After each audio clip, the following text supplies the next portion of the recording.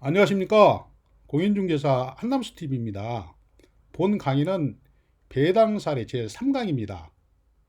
이 강의에서는 우리가 권리분석 과정에서 자주 등장하는 선순위 전세권자의 배당과 인수 문제에 대해서 몇 가지 사례를 들어서 설명을 드리겠습니다.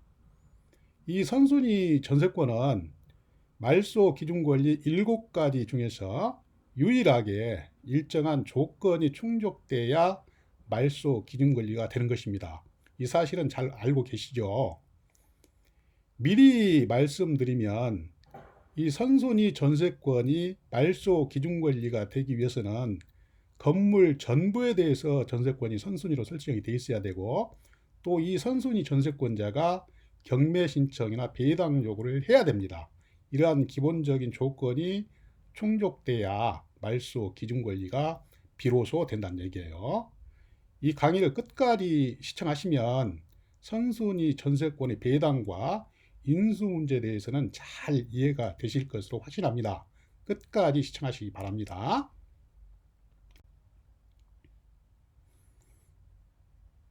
이 선순위 전세권에 대한 강의를 끝까지 시청하시고 여러분께 조금이라도 도움이 되셨다고 생각되시면 구독 버튼과 좋아요 버튼 꼭 부탁드리겠습니다. 선순위 전세권 배당 사례에 대해서 다음과 같은 목차로 나누어서 설명을 드리겠습니다. 네 가지로 분류해서 설명을 드리겠습니다. 일단 첫 번째로 선순위 전세권인데 이 전세권이 건물 전부에 대해서 설정이 되어 있다. 두 가지로 설명을 드리겠습니다. 이러한 선순위 전세권자가 경매 신청이나 배당 요구를 한 경우는 이 선순위 전세권이 말소 기준 권리가 되기 때문에 이 권리를 포함한 후순위 권리는 모두 다 깨끗하게 소멸이 됩니다. 두 번째, 배당 요구를 안 했으면 낙찰자가 당연히 인수를 하게 되죠. 배당 요구를 안 했기 때문에 말소 기준 권리가 되지 않고 말소 기준 권리 이전에 설정된 전세권이기 때문에 낙찰자가 인수를 해야 된다는 얘기예요. 그 다음에 두 번째는 선순위 전세권인데 건물 전부에 대해서 설정된 것이 아니고 일부만에 대해서 설정을 했다. 그러니까 주택인데 1층, 2층짜리 주택인데 그 중에서 2층만 전세권을 설정을 했다. 근데 선순위다. 이런 경우에 마찬가지로 두 가지로 설명을 드리면 선순위 전세권자가 배당 요구를 한 경우는 배당을 충분히 받았던 받지 않았던 간에 배당을 받고 그대로 소멸이 됩니다. 인수가 되는 게 아니에요. 두 번째는 선순위 전세권자가 배당 요구를 안 했을 때는 당연히 낙찰자가 인수를 합니다. 요 네 가지 개념에 대해서 앞으로 사례를 들어서 정확히 설명을 드리겠습니다.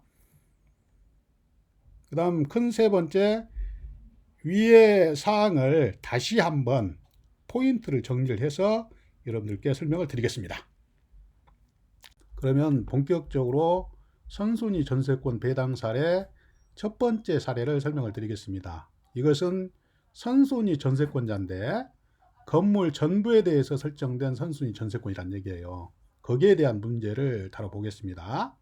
이렇게 선순위 전세권자가 경매 신청이나 배당 요구를 한 경우에 대한 설명입니다. 일단 물건을 상정을 해 보십시오. 이 물건은 2층짜리 단독주택입니다.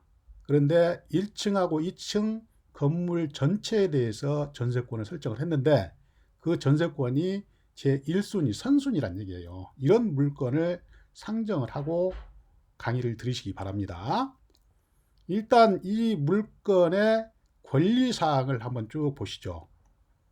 제일 먼저 2018년 7월 9일 날 전세권이 설정이 됐는데 이 전세권이 건물 전부에 설정됐다는 얘기죠. 그래서 이 전세권이 말소 기준 권리가 되는 것입니다. 그 다음에 2018년 9월 5일 날 건저당이 설정됐어요. 그 다음에 2019년 1월 7일 날 가압류가 됐습니다. 결국은 2020년 1월 2일 날 건저당권자가 경매를 신청을 했어요. 건저당권이니까 임의 경매를 신청을 했겠죠. 이런 경우에 권리 분석을 한번 해봅시다.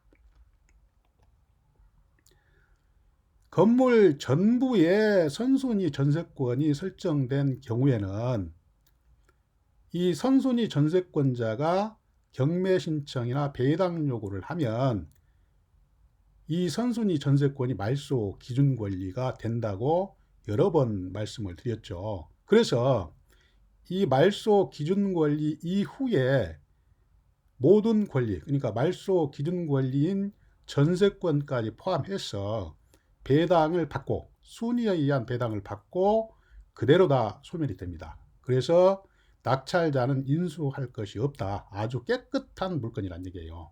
이렇게 건물 전부에 대해서 설정된 선순위 전세권자가 경매 신청이나 배당 요구를 했으면 이 전세권 자체가 말소 기준 권리가 되기 때문에 이 전세권을 포함한 모든 권리는 다 소멸이 된다. 그래서 낙찰자는 인수할 것이 없다. 이렇게 첫 번째 사례를 설명을 드렸습니다. 그렇게 어려운 개념은 아닙니다. 다음은 두 번째 사례입니다. 그렇게 어렵지 않으니까 계속 따라오십시오. 제가 정확하고 알기 쉽게 설명을 드리겠습니다. 두 번째 사례는 이렇게 건물 전부에 대한 선순위 전세권자가 첫 번째 사례하고 달리 경매 신청이나 배당 요구를 안 했어요. 경매가 진행되고 있는데 배당 요구를 안 했습니다. 이런 경우에 선순위 전세권자의 위치에 대해서 분석을 하는 겁니다. 권리 내용을 보시겠습니다. 먼저 2018년 7월 9일 날 전세권이 설정됐어요. 건물 전체에 대해서. 두 번째는 건저당이 설정됐습니다. 세 번째 가압류가 됐어요. 네 번째 건저당권자가 임의경매를 신청을 했습니다.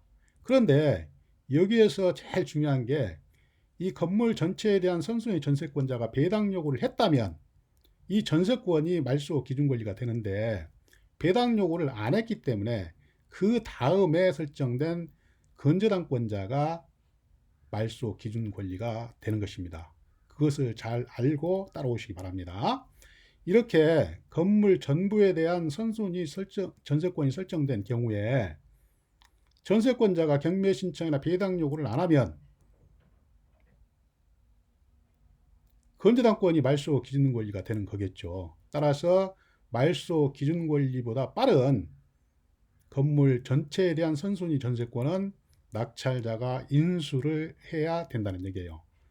그래서 낙찰자는 낙찰대금하고 선순위 전세권하고 합해서 부담을 하면서 이 건물을 사는 겁니다. 다시 한번 설명을 드리면 선순위 전세권자, 그러니까 건물 전부에 대해서 설정된 선순위 전세권자가 경매 신청이나 배당 요구를 안 하면 말소 기준 권리가 아니기 때문에 말소 기준 권리는 그 이후에 건저당권자가 말소 기준 권리가 돼서 이 말소 기준 권리보다 빠른 선순위 전세권자는 낙찰자가 인수를 해야 된다는 얘기예요. 다음은 세 번째 사례입니다. 지금까지 두 가지는 건물 전부에 대한 선순위 전세권자의 액션에 따라서 그 위치가 어떻게 결정되는지, 그러니까 이 건물 전부에 대한 선순위 전세권자가 배당 요구를 했을 때하고 또 경매 신청을 했을 때하고 배당 요구나 경매 신청을 안 했을 때하고 그 권리가 어떻게 변동이 되는지 여기에 대해서 설명을 드렸습니다. 그런데 지금부터는 건물 전부가 아니고 건물 일부에 대해서 선순위 전세권자가 어떤 액션을 취하는지에 따라서 그 권리가 어떻게 변동되는지에 대해서 살펴보겠습니다. 이 건물 일부에 대한 선순위 전세권자가 배당 요구를 한 경우하고 배당 요구를 하지 않은 경우에 대해서 설명을 드리겠습니다. 마찬가지로 이 물건도 2층짜리 주택입니다. 거기에서 2층은 전세권자가 전세권 등기를 했고 또 1층은 전세권 등기를 않고 일반 임차인이 대항 요건만 갖추고 거주를 하고 있는 경우입니다. 권리 관계를 보시겠습니다. 일단 첫 번째로 전세권이 설정되어 있어요. 2층에만 전세권이 설정됐다는 얘기죠. 건물 일부에 대해서만. 그 다음에 두 번째로 2018년 9월 5일 날 대항 요건만 갖춘 임차인이 들어왔어요. 확정일자는 없습니다. 우선 변제권이 없다는 얘기예요. 그 다음에 세 번째는 건저당이 설정되어 있습니다. 그 다음에 가압류가 됐어요. 그 다음에 2020년 1월 2일 날 건재당권자가 임의경매를 냈습니다. 이 경우에 배당 요구를 한 전세권자의 위치에 대해서, 권리에 대해서 말씀을 드리겠습니다. 첫 번째, 이 말소 기준 권리를 찾아야 되는데 전세권은 건물 일부에만 설정을 했기 때문에 말소 기준 권리가 안 됩니다. 전세권자가, 선순위 전세권자가 말소 기준 권리가 되려면 건물 전부에 대해서 전세권을 설정을 해야 된다는 얘기예요. 그리고 또 배당 요구나 경매 신청을 해야 말소 기준 권리가 되는데, 여기에서는 이 선순위 전세권자가 배당 요구를 했더라도 건물 일부에 대해서만 전세권을 설정을 했기 때문에 말소 기준 권리가 되지 않습니다. 따라서 말소 기준 권리를 찾아야 되겠죠. 보시다시피 말소 기준 권리는 2019년 1월 7일 날 설정된 건재당권이 말소 기준 권리가 됩니다. 쭉 보시면 말소 기준 권리는 2019년 1월 7일 날 설정된 건재당권, 또 이 2층에 대한 전세권자가 배당 요구를 했기 때문에 이 전세권자는 얼마를 배당을 받느냐, 여기에 대한 말씀을 드리면 2층에 대해서, 그러니까 전체 낙찰 가격 중에서 2층 주택 전세권이 설정된 부분의 낙찰 가격을 안분해서 결정을 해가지고 그 금액만 배당을 받는 거예요. 그리고 그 금액을 배당 받고 나서 그 배당 금액이 충분하든 다 받든 못 받든 간에 무조건 소멸이 됩니다. 이거는 민사집행법에 나와 있어요. 그래서 결국은 이 낙찰자는 이 선순위 전세권은 다 소멸이 되니까 인수할 필요가 없고, 두 번째 임차인, 확정일자가 없는 대항력 있는 임차인은 인수를 해야 됩니다. 따라서 이 낙찰자는 낙찰 대금하고 2018년 9월 5일자 대항력권을 갖춘, 대항력을 가진 임차인을 인수를 해야 된다는 얘기예요. 부담이 되겠죠. 이걸 다 잘 권리관계를 따지고 입찰을 해야 될 것입니다. 다음은 똑같은 사례입니다. 그런데 차이가, 이 경우에는 건물 일부에 대한 선순위 전세권자 배당 요구를 안 했어요. 이럴 경우에 선순위 전세권자의 위치가 어떻게 되는지 거기에 대한 분석을 해드립니다. 권리 내용을 보시겠습니다. 건물 일부에 대한 선순위 전세권자가 있죠. 2018년 7월 9일자. 그 다음에 2018년 9월 5일에 임차인이 들어왔는데 확정일자는 없어요. 대항력권만 갖췄습니다. 그 다음에 건재당이 설정됐어요. 그 다음에 건재당권자가 임의경매를 신청했습니다. 이럴 경우에 배당 요구를 하지 않은 선순위 전세권자의 지위가 어떻게 되는지 여기에 대한 설명을 드리겠습니다.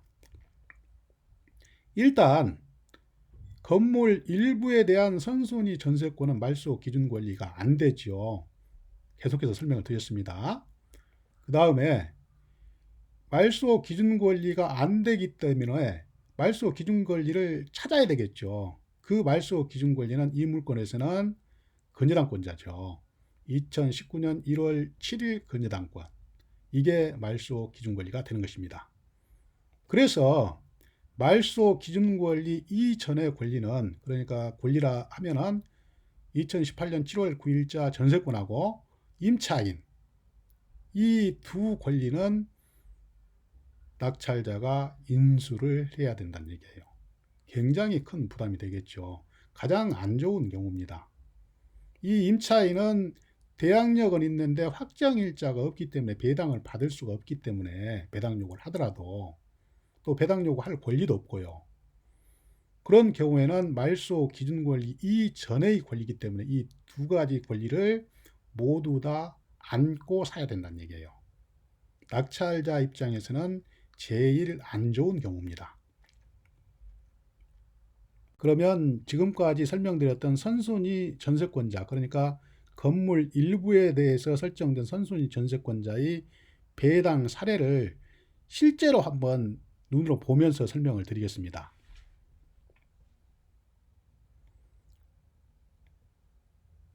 물건 현황을 한번 보시겠습니다.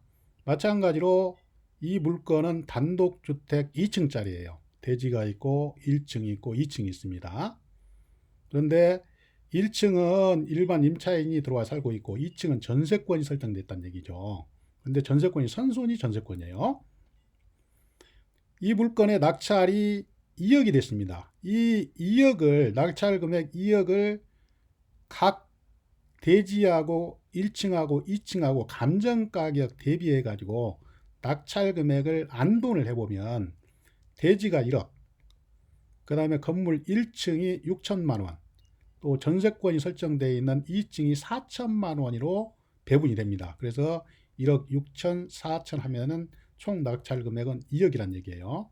이런 경우에 이 선순위 전세권자가 배당 요구를 했을 때하고 선순위 전세권자가 배당 요구를 안 했을 때의 권리관계, 이거를 실제 배당 사례를 통해서 보자는 얘기예요. 일단 권리 내용을 보시겠습니다. 2018년 7월 9일 날 2층에 대한 전세권이 있어요. 5천만 원 설정이 되어 있습니다. 두 번째는 확정일자를 갖췄어요. 대항 요건과 확정일자를 갖춘 1층 임차권자가 5천만 원입니다. 그 다음에 건저당이 2억이 설정됐어요.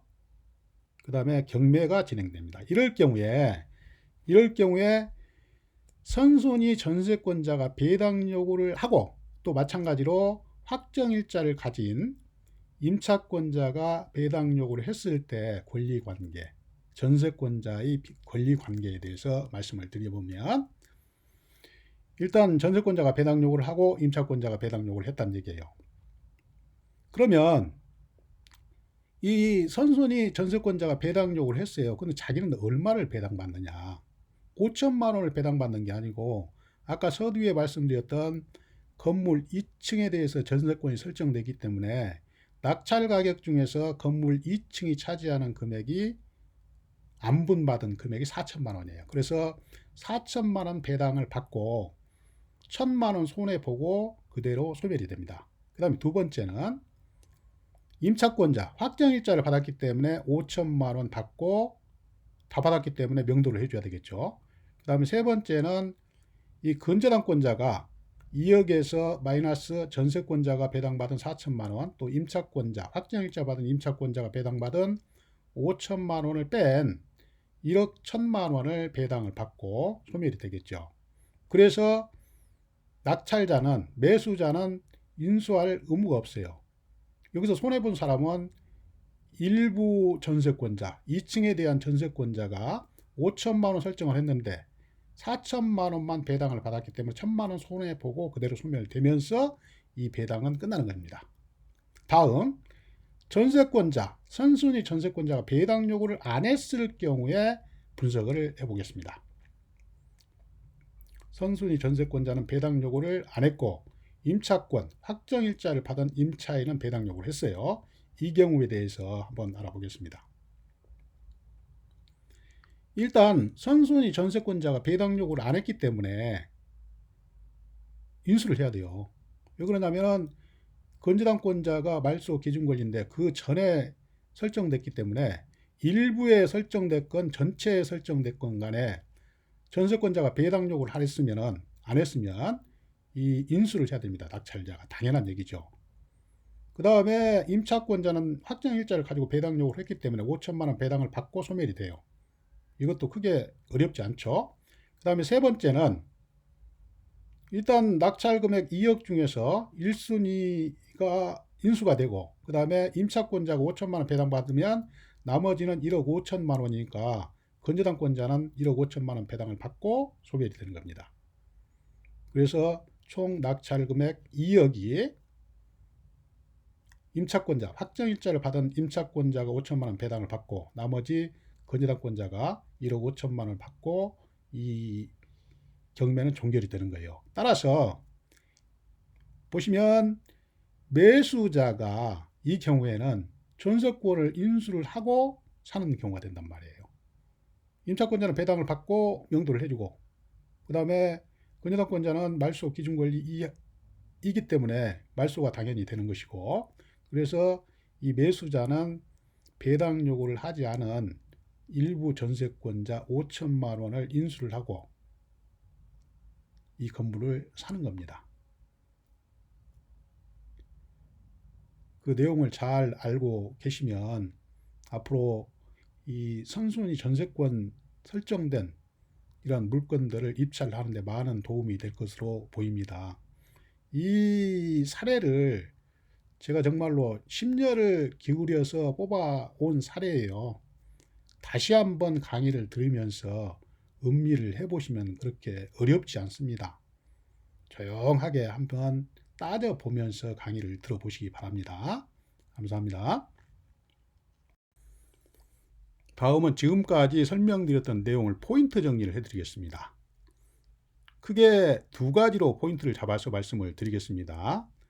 일단 선순위 전세권이 말소 기준 권리가 되기 위한 요건, 우리가 말소 기준 권리 하면 6가지 플러스 선순위 전세권에서 7가지죠. 그런데 먼저 말씀드리는 6가지는 예를 들면 압류, 가압류, 저당, 근저당, 담보 가등기, 경매 개시결정 기입 등기, 이 권리들은 제일 먼저 등기가 됐으면 당연히 말소 기준 권리가 됩니다. 어떤 요건이 필요 없어요. 그런데 7번째 선순위 전세권이 말소 기준 권리가 되기 위해서는 일정한 요건이 있어야 됩니다. 그 요건들이 이 선순위 전세권이 건물 전부에 대해서 설정이 돼 있어야 됩니다. 그 다음에 두 번째는 이 건물 전부에 대해서 설정된 선순위 전세권자가 경매 신청을 하거나 배당 요구를 해야 된다는 얘기예요. 그래야 말소 기준 권리가 돼서 이 선순위 전세권을 포함한 후순위 권리들이 모두가 소멸이 된다는 얘기예요. 그 다음에 두 번째 포인트는 이 경매에서 전세권이 소멸을 하는 경우를 살펴보겠습니다. 첫 번째는 후순위 전세권이에요. 말소 기준 권리 이후에 설정된 전세권은 말소 기준 권리를 포함해서 모두 다 말소가 되기 때문에 후순위 전세권 소멸이 됩니다. 이 후순위 전세권은 배당 요구를 했든 하지 않았든 간에 이 경매 부동산 등기부에 등기가 되어 있기 때문에 법원에서 알아서 배당을 해줘요. 그 다음에 선순위 전세권자, 그러니까 여기서 선순위 전세권자를 하면 건물 모두에 대해서 선순위 설정을 했든지 아니면 건물 일부에 대해서만 선순위 설정을 했든지 관계없이 선순위 전세권자가 배당 요구를 했을 경우에는 이 전세권자가 이 전세금을 모두 배당을 받았던 아니면 부족하게 배당을 받았던 간에 관계없이 그대로 소멸이 돼서 낙찰자가 인수할 필요가 없습니다. 그 다음에 마찬가지로 경매 신청을 했더라도 이 배당을 전부 받든 일부만 받든 간에 관계없이 배당 받고 그대로 다 소멸이 되고 낙찰자가 인수할 권리가 없다. 이런 내용을 요약해서 설명을 드렸습니다. 이런 내용을 잘 알고 계시면 입찰을 하실 때 또 입찰 가격을 결정할 때 굉장히 큰 도움이 되실 것이에요. 그래서 이 강의를 한 번 듣는 걸로 끝나시면 안 되고 한 번 더 쭉 음미를 하면서 숙독을 하면서 강의를 한 번 더 들으시면 쉽게 이해를 하실 수가 있을 겁니다. 그렇게 또 어려운 내용도 아니고요. 그래서 한 번 더 복습을 하시기 바랍니다. 권장드립니다. 여러분, 지금까지 장시간에 걸쳐서 선순위 전세권의 배당이나 인수에 대한 여러 가지 사례를 들어서 설명을 드렸습니다. 이해가 잘 되셨는지요? 앞으로도 저는 부동산 관련 강의, 그러니까 주택 상가 건물 임대차 보호법, 경매 권리 분석, 배당 사례, 유치권 사례, 또 법정 지상권, 부동산 상식 등의 주제로 알차게 강의를 준비해서 계속 여러분을 찾아뵙겠습니다. 항상 건강하시고 다음 강의에서 또 뵙겠습니다. 감사합니다. 안녕히 계십시오. 여러분, 잠깐만요. 드릴 말씀이 있습니다.